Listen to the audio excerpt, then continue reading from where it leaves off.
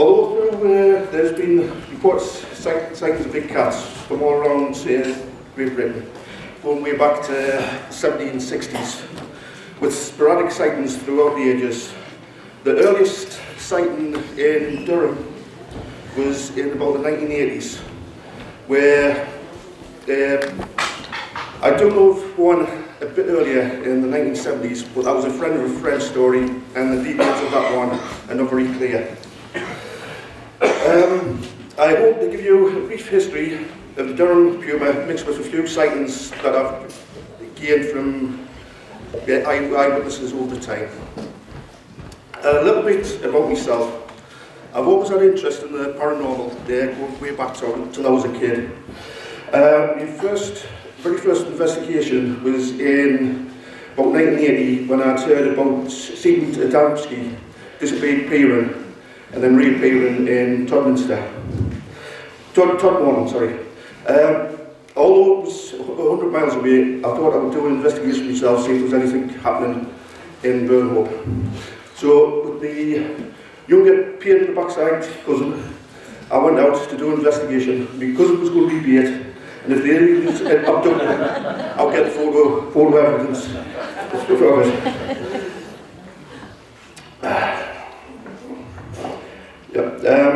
Sadly, it never happened. I've still got the pain in the backside cousin. Over the next few years, I did small investigations around Burnhope, and that's tales what I'd heard, ghost stories and bits of legends and that. The first time I heard about a big cat around the area was in secondary school. I was reading in English, and we were reading a book called Runaways, which told the story of two runaways. One, a lad called Smiler, and another, a cheetah, which had escaped from Monley Safari Park. The paths would cross on the Salisbury Plain, and it told the stories of how they passed each other. This was an interesting story, but it was the first time I'd heard anything about big cats wandering around the British countryside. Now, our English teacher, she told us about other sightings, which whetted my appetite because I was interested with weird and wonderful. I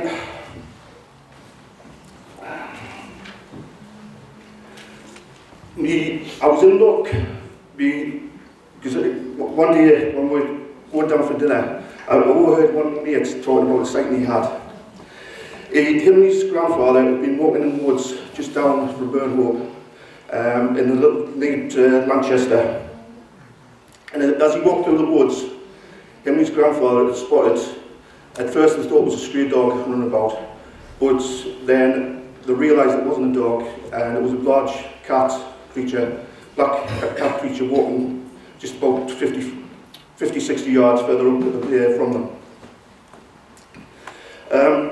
After dinner, I made a big line for him to try and get his story, to see what he'd done.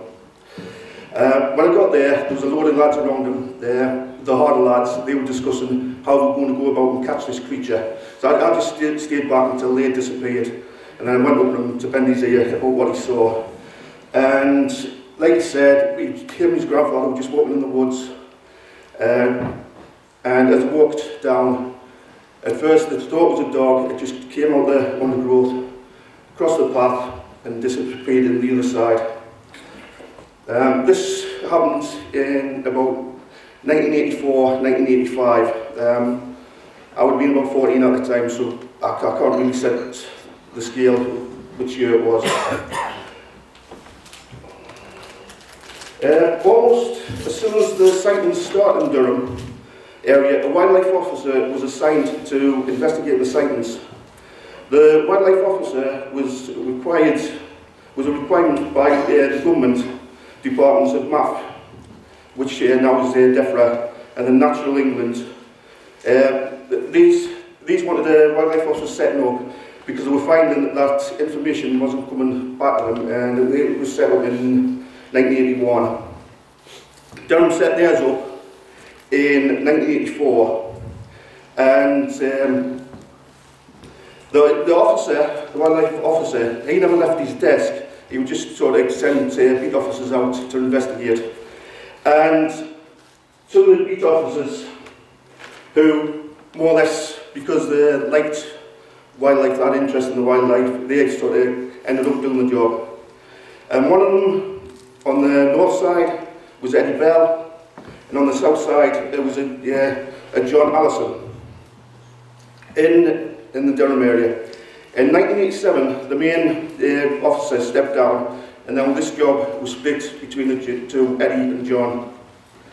When John eventually retired, Eddie took over, and in the end, Eddie was covering 223,000 acres, about 860 square miles of area, covering moorland, woodland, farmland, and even coastal area.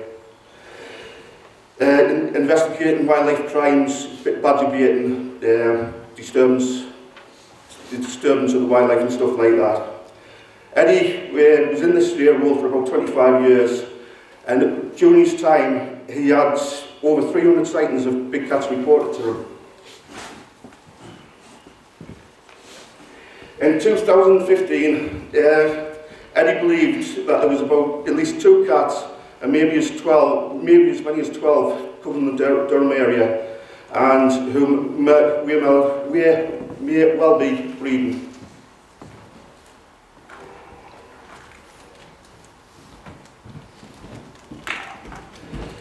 One of the first investigations that he did was just outside of Durham City, about 2.5 miles southwest of Durham City, in a little village called Shineliffe.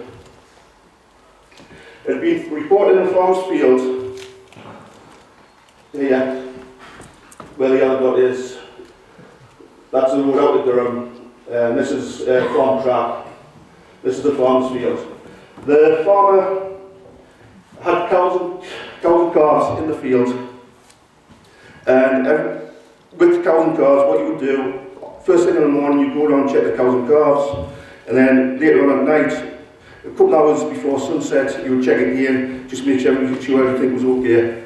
On the night time, when he checked, everything was okay. The next morning, he'd found one of the calves was down right at the woodside, down here where that yellow dot is, and it was as though something had tried to pull it through the pig netting fencing. He thought this was weird, so he phoned the police, and either the same day or the next day, Eddie Bill turned up to investigate. Eddie and the farmer, Mr. Hobbs, thought that the case was suspicious because where the calf had died was further up here, would have been dragged down there, but it looked as if it had been carried because the drag marks, the calf would have been about 3 weeks old, so it would have weighed about 50 kilos, 35 kilos, about 5 stone, and it looked as though it had been carried down to the fence because there was very few drag marks. The weight of it was twice the weight of a fox and 3 times the weight of a badger, so they sort of they ate the fox or anything and dragged it down. They carried and dragged it down. Eddie asked Mr. Hobbs would he be interested in sending away to get examination done, or autopsy done, because he wasn't too sure what was the cause. Mr. Hobbs agreed and sent it off, but when the autopsy came back, it just said it was a natural death, and either when the wildlife, the foxes, crows, and that had fed on it. But Eddie and Mr. Hobbs weren't too sure; they were still not convinced it was that. But that area there, I do know that there is a lot of poaching happening around there, and there is a lot of lampists going out with dogs, greyhounds, lurchy dogs and that. And so it could well be that.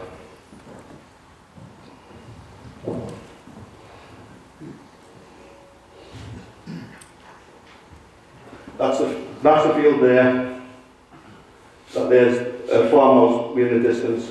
This was about where the calf was found, and it had died up here somewhere. One of the next cases Eddie investigated was a reported sighting of a big cat in a Overcast area, just north of Bishop Auckland, lead to a place called Winchester.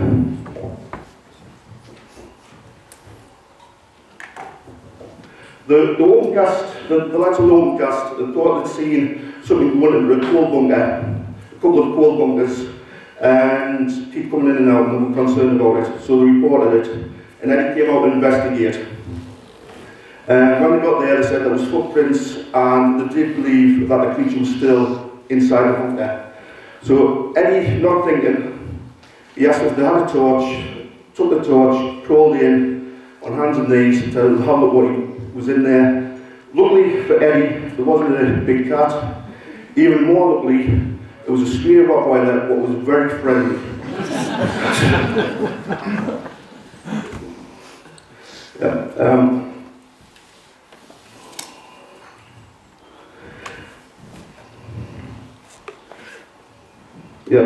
These reports didn't come out around the time they happened. It was years later when Eddie Bell started to do lectures and that around the area. 2 or 3 years later, I think, when the reports started to come out. One of the first, as I said before, my first encounter with the Durham Puma was about 85, 86, when I was when my schoolmates had told him what his grandfather and him had seen while out walking in the woods. This, however, was not the only sighting to be seen around this area. One known to me, my uncle Lol, it's had a sighting just about a mile from where the first sighting was. Whenever my uncle had a chance, he would be out walking in the woods and the fields. He loved it out there. He was getting away from the ant.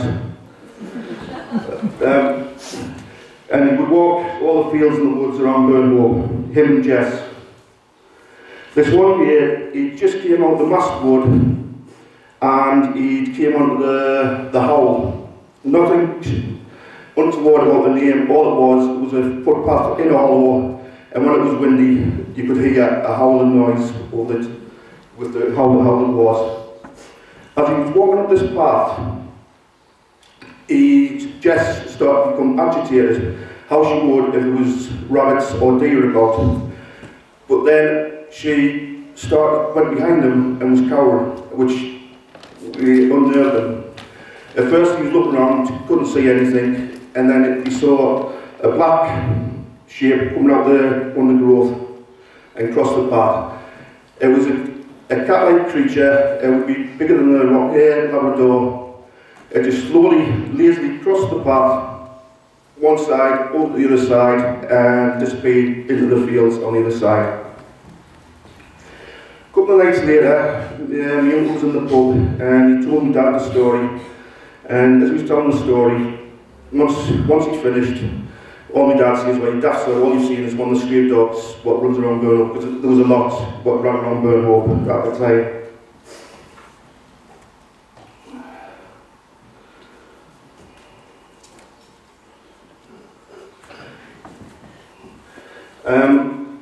A few weeks later, my dad was over his friends at Joe Blades. This again wasn't the sort of thing name. All it was, back 100 years or so, there was a set of wheels jawbones found near the area in a drift mine or something, and they supposedly put it up, and the name stuck. Anyway, it was over at my dad's friends' warehouse at Joe Blades, which sits right at the top of the Howell path. My dad was telling his friends about what my uncle Lol had seen. And once he finished telling the story, his friend says, look, he says, either your brother-in-law's alcoholic, he was a bit drunk, he says, or he likes to tell tall tales. He says, because I'm a biologist, he says, and I've got interest in nature, and he says there's no big cats roaming around the countryside. Anyway, him and Dad had a few words and sort of left, because all my dad thought my uncle was sort of maybe telling a tall tale. He didn't like the idea that his friend was sort of judging his brother-in-law. A few weeks after that, my dad went back over and to his friends. Now, John Harpen is my dad's friend, and although at first he didn't believe me uncle, that my dad mentioned to him, this, however, changed a few weeks later when my dad visited him again. My dad paid another visit. They were sitting down having a cup of tea when John says, look, he says, I'm going to apologise. He says, what I said a few weeks ago about your brother-in-law. He says, at the time, he says, I didn't think there was anything like that happening. He says, but a big apology, he says, because a few days ago, I saw a big cat. Now, John was a teacher at a school just at Sackersley, and at the school, he used to teach biology and rural science, a subject that I think should still be taught in school. On the rural science place, they had a few chickens and 3 sheep. The area it was in, the school was always getting vandalised, and John thought for the safety of the sheep, he would take the sheep to his place. He had about 1 acre of land. He decided to fence off into 3 paddocks and build a shed and just keep the sheep there so they were safe, wouldn't get attacked. On a morning, he would let the sheep out, and then on the next time, just before dusk, he'd go down, chase the sheep back in the shed. This one night, he walked down the field to lock the sheep up, and the sheep were cowering in one corner, and at first he didn't know what was bothering them. Then he looked around, and he could just see a black figure just slowly pacing up and down the fence line. Not thinking, he ran into the pen and started shouting, waving his hand out, and he says he saw a black cat-like figure about the size of a Labrador dog. He says when he was shouting and waving his hands out, this cat wasn't perturbed, it just slowly turned around, slipped away down into the crops and out down into the woods.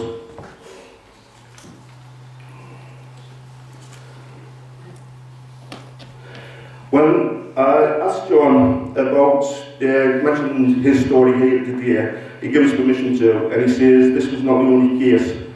Both him and his wife have seen over the years sightings of the big cat. Even one time seen a big cat jumping over very easily over a 6-foot fence. The sightings can go for a few years where they're not seeing sightings, and again they'll see a sighting after a few years. And he said the last time he had a sighting was about 3 years ago. Myself, between 1986 and 1992, I was keeping a check on the subject trying from newspaper reports and occasionally field trips around the local area to see if I could see anything. I didn't see any signs in the area while I was searching. I did, however, see my very first live badger coming within 10 feet of it, which was an excellent experience, and I saw something probably even rarer than a black cat. I saw an albino badger. This was when I was at college, at Agricultural College in Durham. The albino badger had been spotted and decided to set up a rota of people to keep a guard on the badger set, because around the area we did know that there was badger beaters, and we didn't want the albino badger would be sort of a trophy for them, so we did not want them to get out. I only had a glimpse of it, but it was well worth it. After leaving college in 1992, I got a job on a beacon sheep farm in a small hamlet called Old Castle. One morning, when we were discussing jobs with the boss, after we discussed what we were going to do for the day, the boss mentioned that his neighbour and the neighbour's daughter, while driving up the road, had seen a large black cat coming out the hedge, across the road, and into the undergrowth on the other side. I didn't get a chance to ask the neighbour and the daughter about what they'd seen, because that day, a bit later on, the farmer and the neighbour had a fallout, and when I left that farm a year and a half later, they were still not speaking. And I didn't want to cause trouble by knocking on the door and asking questions.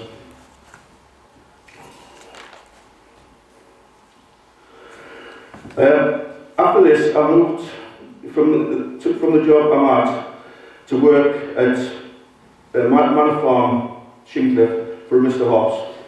24 years later, I'm still there. I was to find out that this was the very first farm Eddie Bell had done the investigation which I mentioned previously about Shineliffe. That was the place.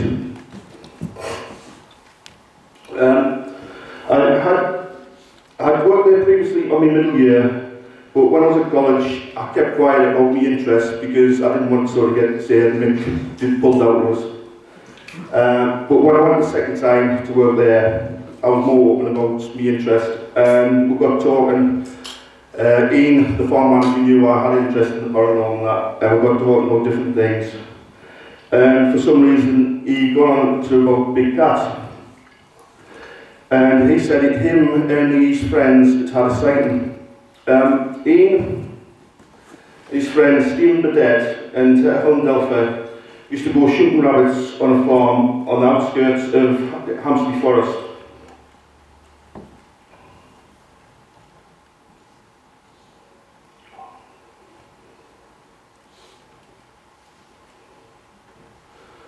Yeah, the dot there is where they used to go hunting rabbits. This was for a farmer, Mr. Walshaw, and he didn't have much land, but he had a big rabbit problem, so they used to go up there to help keep the numbers down. Now, Ian said this one night they were out with the lamb and the gun. Ian had the lamb, and Stephen and Helen had a gun each. And as we were walking around the wooded area, Ian was becoming nervous because every time he was sharing the torch, as he was shining it behind him, it was as though there was something just trying to keep out the way of the light. And this really got him sort of unnerved.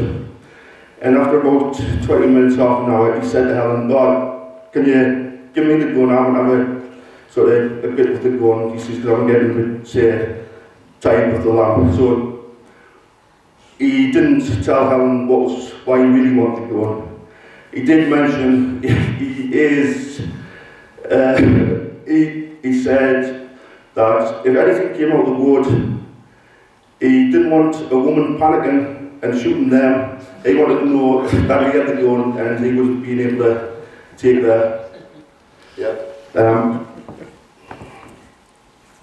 Anyway, they didn't stay out very long. After about another 20 minutes or so, they headed back. And while we were drinking tea out of their car, they were there chatting, and Helen says, she said, "I didn't feel very easy out there." And Ian said about what he could feel, and that he was unnerved, and that's why he took the gun. This was not his only sighting up there. Ian said he also went up one afternoon and he'd getting a new scope and he wanted to see in his scope. So he'd gone up there because there was a good backdrop where you could know whether the bullet wasn't going to ricochet or anything like that.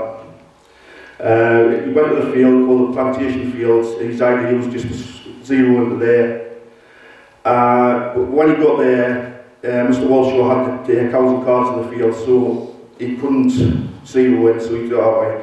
But as he was watching, he saw up the bank something sitting on a tree stump. So the scope was on the gun, and he just lifted the scopes up and looked down, and sitting on a tree stump was wildcat, pointed ears, tufts on its ears. And he says when he came back and looked it up, he says it was looked like a lynx cat sitting on the stump. He said the cows weren't bothering it, and it wasn't bothering the cows, it was just sitting there. He says he was glad that day that his scope wasn't in focus, because he might have shot it, and he says now he would regret doing that. Because,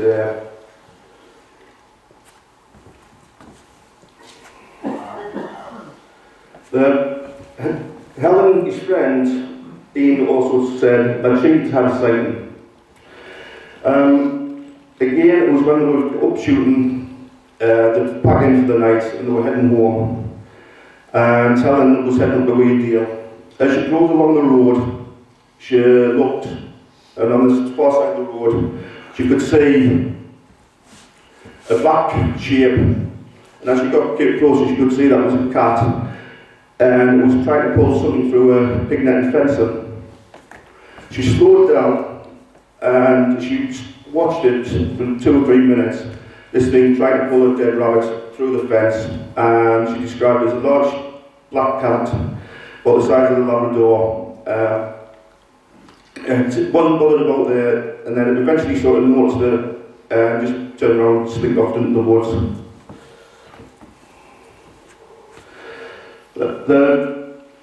Ian and Helen and Stephen became good friends with the farmer, Mr. Walshaw, and Ian mentioned to him about what he'd seen about the cat and the feeling in the woods. And all Mr. Walshaw did sort of look and says that my father used to always say there was something evil in that wood. He did go on to say that was supposed to be in the area a couple of years previously, a big gangster from Newcastle that bought a manor house, and he'd fenced off the area and supposed to have a couple of panthers or leopards running around this fenced area as security. This cannot sort of prove, but that's what it's supposed to have said.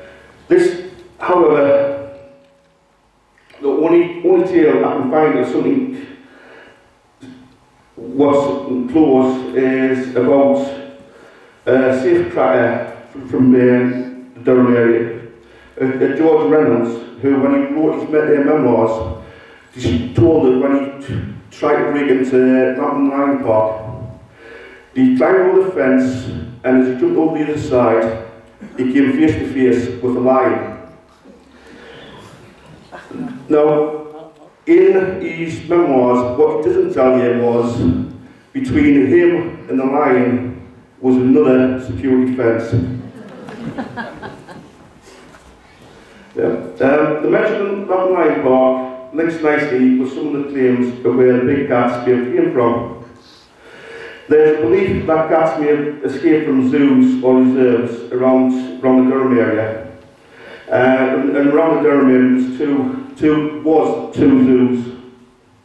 Lambton Lion Park, the same place that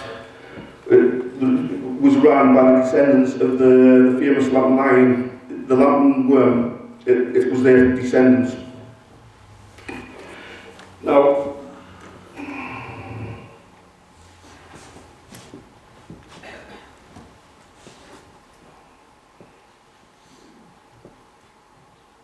Lambton Lion Park, it's opened.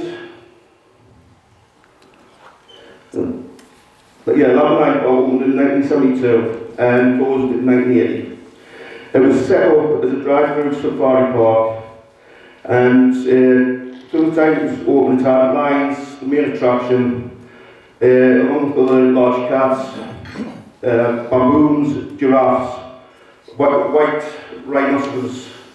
And there was tales of baboons escaping and running amok around Chestnut Street where it was near, and there was also a tale of a hippopotamus escaping and running amok around Chestnut Street Marketplace. Lambton Lion Park never had any hippopotamus.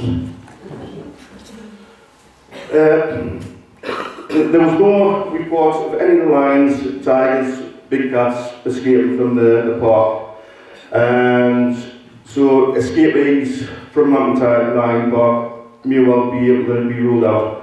Also, the reports of the big cat sightings started 4 or 5 years later. The zoo shut down in 1980.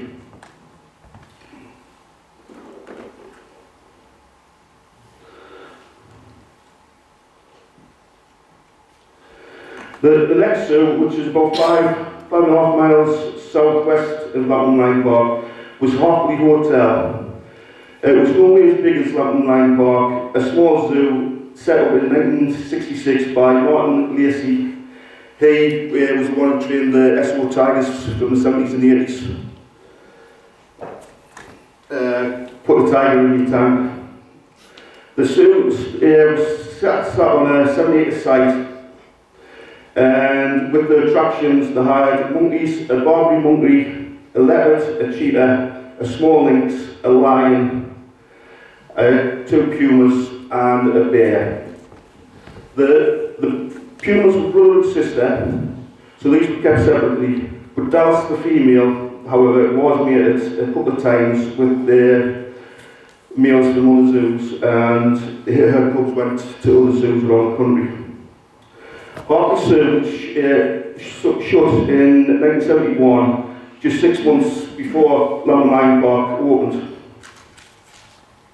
They realised that with Lambton Lion Park, they wouldn't be able to compete with them, so they just decided to shut. There again was reports of monkeys escaping from the zoo and running amok in the surrounding area, but none of the big cats ever escaped. Again, the fact that Harperley Zoo shut 13 years before the first reported sighting of big cats doesn't explain sort of the sightings later on. Moving on to 1992, and another event in the history of Durham Puma.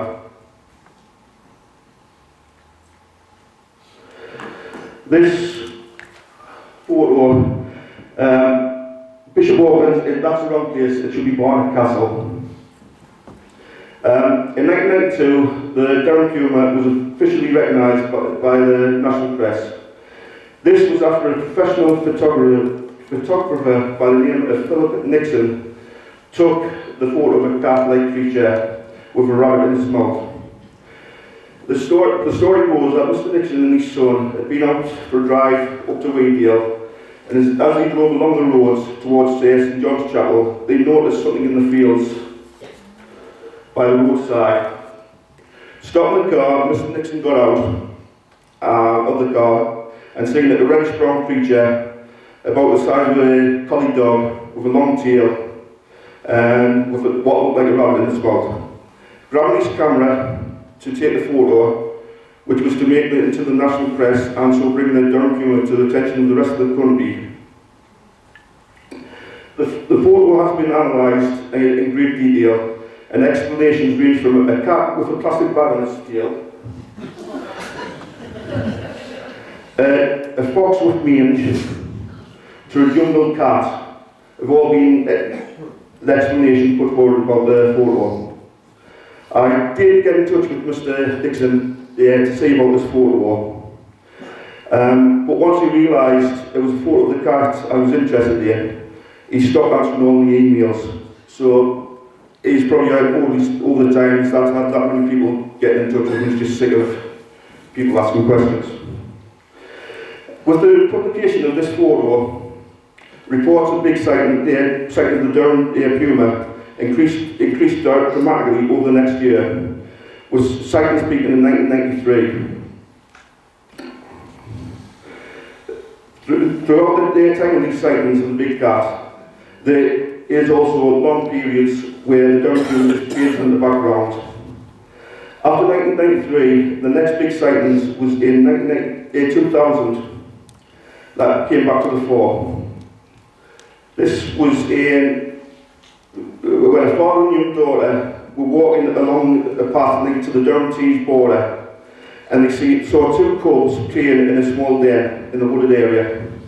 After a few minutes, the father thought that was a good idea to move on in case the cub's mother came back. Once he got back home, the father reported the sighting to the police. He also went on to the local independent news station, Time Tees, to report what he'd seen, in case any children in the area could see the cubs and would maybe be attacked by the cub's mother. The police did a search of the area but found nothing.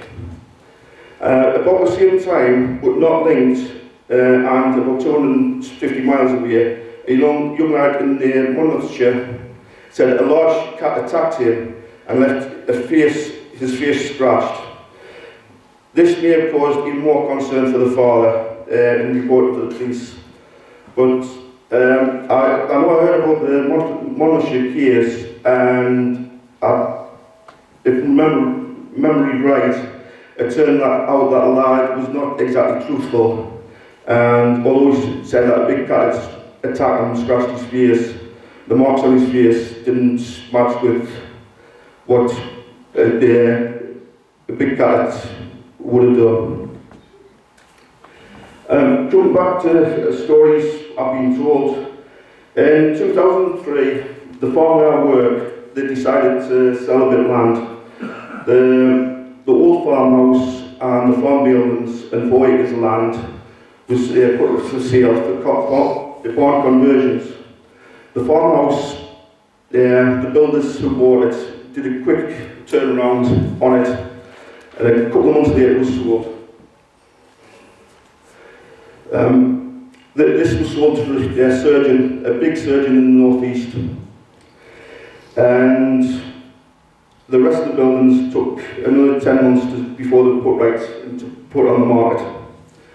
Now, one morning in the summer of 2004, the doctor was up early, and as they looked out the window, the bedroom window, they were shocked to see, lying on the lawn, a very large black cat, much bigger than a Labrador dog. They just lay there without a care in the world, and after about 10-15 minutes, it just got up stretched and then strolled leisurely out of the garden and down through the fields towards Shineliffe.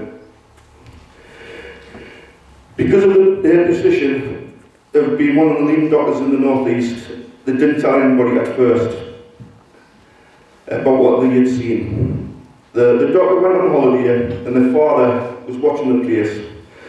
And when the doctor came back, the father had told them that one night when he drove in the yard to check the house, make sure everything was okay.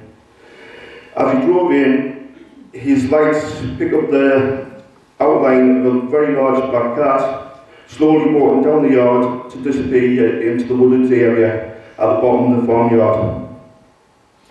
Although it was dark and the headlights lit well, and he was able to see a very large black cat. When the doctor came back from the holiday and their father told him what he'd seen, it was then when the doctor told of their experience with the big cat. This area, there is at least another 2 sightings of the big cat around the Benthouse area.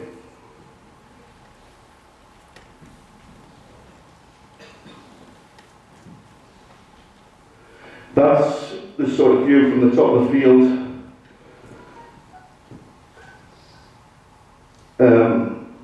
Shineliffe's down here.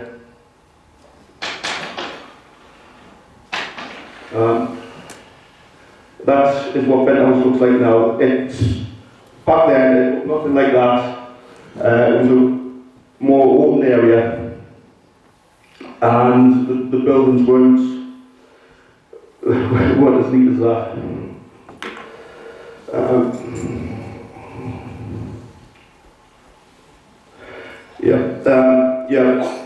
The builders who had bought the land to convert from my boss were having problems with the equipment being stolen from the site. So to try and stop this, they asked one of the neighbours if he would live in one of the barn conversions as a night security.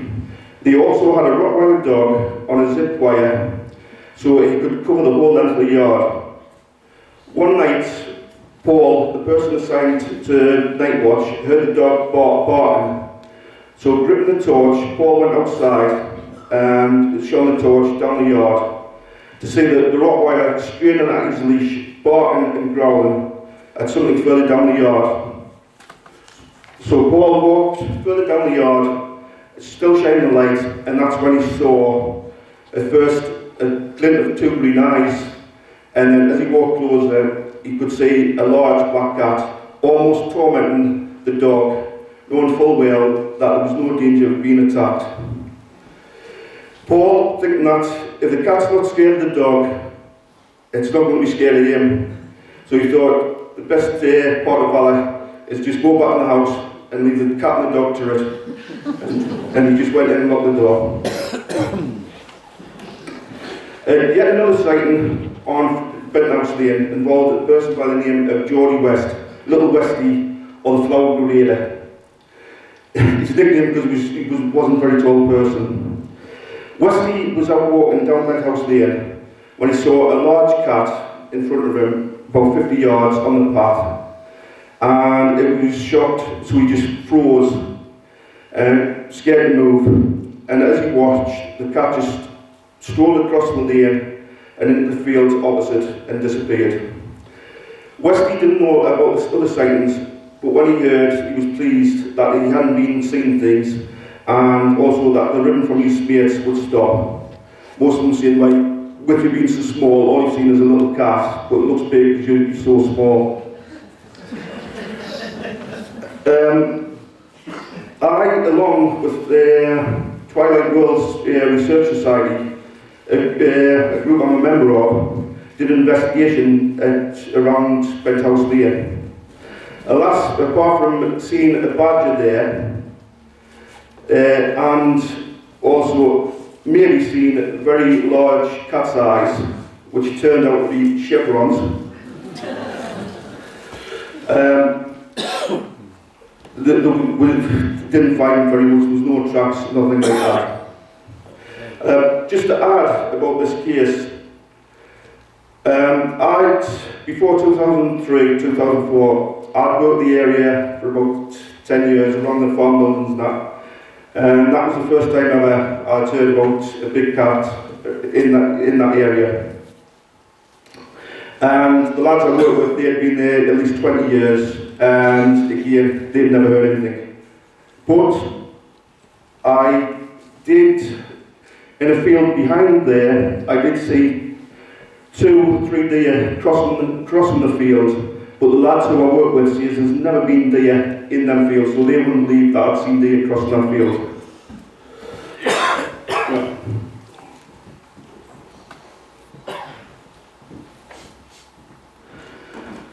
So, what could it be? Some of the things it could be, and please, this just sort of what I think it might be, it doesn't mean it is, and there's a lot more people in this room who've got more experience on this subject, who sort of will have different ideas. But one of the explanations could be the Kellas Cat. Could this here explain the sightings? The Kellas Cat is a hybrid between a Scottish wild cat and a domestic cat, so giving it a bit hybrid figure, larger than both parents and black in colour, about 30 to 40 centimetres high at shoulder height, and body length of 60 to 110 centimetres, plus a tail length of 30 centimetres, so in total a large one would be 140 centimetres long. The stuffed Kellas Cat, which I believe this one is on show at the University of Aberdeen Zoology Museum, with them being still occasionally seen around the Fife and Aberdeen area. Up until 1984, the Kellas Cat was thought to be a myth, but one was snared by a gamekeeper. Although it is mainly found in Scotland, it is not possible for it to have wandered across the border into Cumbria or Northumberland, and even moving further south into Durham, or even wild cats moving south and breeding with domestic cats to have the Kellas Cat. And another explanation could be a black fox. The black fox could this be seen, and like the Kellas Cat, it is very rare mammal, which is occasionally found in the wild. The regular fox shows a height about 35 to 50 centimetres, body length 45 to 90 centimetres, and a tail of 30 to 55 centimetres. Again, given an overall length of 75 to 145 centimetres. Although very rare because of the twist of fate, is the black fox possible that someone has saw it and mistaken it for a cat? Although people see foxes, they don't comprehend that it is a fox. It may assume it's a black cat because of the colouring. Around the farm, for a few years, there was a very dark brown fox, one of the largest fox ever seen in the area. And until you got used to seeing it, you would have to double take because of its size and colouring, and realising it's not a dog, but being thrown by its dark colour, it could easily pass as an unknown animal. And maybe it may be like what happens in other areas that they're weird, with something unusual and mundane and turn into something very strange or paranormal, not because it is, but just through misidentification.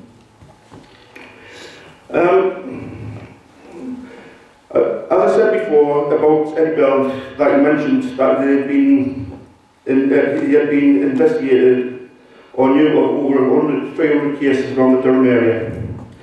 In 2011, the Northern Echo, a local newspaper, did a Freedom of Information Act to the Durham police, who then informed them that between 2000 and 2011, there had been 30 sightings. A handful turned out to be hoaxes or misidentification. One of the misidentifications reports was an attack on a horse that had been disemboweled. This was in a field near to Maiden Law, just 2 miles southwest of Burnham. Once this was investigated, it turned out that the horses had not been attacked by a cat, but the real reason was that they had injured themselves on the rough fencing. I also sent Freedom of Information Acts out for the number of sightings since 2011 and in and around the Durham area have been reported. The first Freedom of Information for Durham was from the years 2011 to 2019, which drew a blank. They came back with a response that the information I was looking for would mean too much time and resources being invested in the search, and that it was unable to send information. So I thought I'll put my time down, so I sent a second one, again to Durham Constabulary, and this time I asked for the previous 3 years. But once again, it came back, sorry, it's going to cost too much, we haven't got the money, we can't help. The final one I sent to Durham Constabulary, I thought I'd put it right down, and I did it from the end of 2017 to January this year. This one was more successful. They didn't mention where it happened, but they did, however, inform me that there was one reported case on February the 14th, 2018. I also sent the Freedom of Information to Northumberland Police for 2018. They confirmed that there had been 2 reported cases, one on the 12th of the 10th, 2018 in Stocksfield near Hexham, which is only about 5 miles north of the Durham-Northumberland border. The information they sent read, the 12th of the 10th, 2018, Bat House Road, Stocksfield, Hexham, sighting of large the cat in large fields off Bathhouse Road. Reports it was black and larger and longer than a Labrador dog. Seen 2 days ago, Koala has been back since, but no further sightings. The second report was from Killingworth and reads, the 3rd of the 12th, 2018, West Lane, Killingworth, North Tyneside. Concern regarding animal. Caller was leaving work last night and saw a black panther walking across the ground. She and another member of staff saw this and they were certain that it was what they saw. This sighting again was about 15 miles north of Durham. I also sent Freedom of Information Act to North Yorkshire Police, and I'm still waiting for information from them. I just thought the constabularies were border Durham. I thought I'd send the Freedom of Information Act because there's chances there could be crossovers from areas. So, in conclusion, I do realise that although the name given is Durham Puma, but most of the sightings are not of a puma, and as they are not black, no black pumas heard of naturally, and they are more like black panthers or leopards. Also, the description of what has been seen is something which is smaller and of these. So, what has been seen? Well, either a large black cat, which could well be the Kellas Cat, or lynx type cat. It could be the black fox, or could it be misidentifications? And also, the lack of sightings, could this be a marker that they are or have died out? Well, I hope not. And I think it's more of a case that people are not as observant as they were. With the mobile phone almost always in most people's hands. Also with, again, owning a dog, I just get a dog over the last year, and I'm walking paths and that's what I used to walk when I was younger, and most of the paths now are unpassable or very rarely used. And the only time I pass people is on the national routes or the main routes. Also, over the last 20 years, there's been a big drop in the number of farms and farm workers. The size of the farms are getting bigger, and the number of farm workers are getting less. As well as this, since 2001, there's been a drop in the number of sheep and cattle in the Durham area. Also, talking to Eddie Bell, he said that since he retired 5 years ago, there's not been a wildlife officer in place, and as such, the handling of wildlife crimes have been neglected. Again, main reports of sightings are either not being investigated, or some may not even be reported. This all adds up to less people around the countryside, either working or walking, and so the numbers of cats may not have decreased, but the chance of seeing them has. And if there are sightings, people don't know where to report them. Some may report them to pages on Facebook, big cats pages, but these reports get lost in all the noise. There have been at least 2 reports of groups of people who have announced that they want to release lynx within the Northumberland Durham area. One was in 2001 when the ban of the fox hunting came in. It was to be announced, and this was to help cull the number of foxes naturally. And another one in October last year, when another group wanted to release them to keep the numbers of roe deer under control, but none of these ever got the go-ahead. I hope, like the Pink Panther, who, you know why the Pink Panther likes Durham? Durham, Durham, Durham, Durham, Durham. Now, like the Pink Panther, the Durham becomes again a favourite spot for the black cat what's kicking around.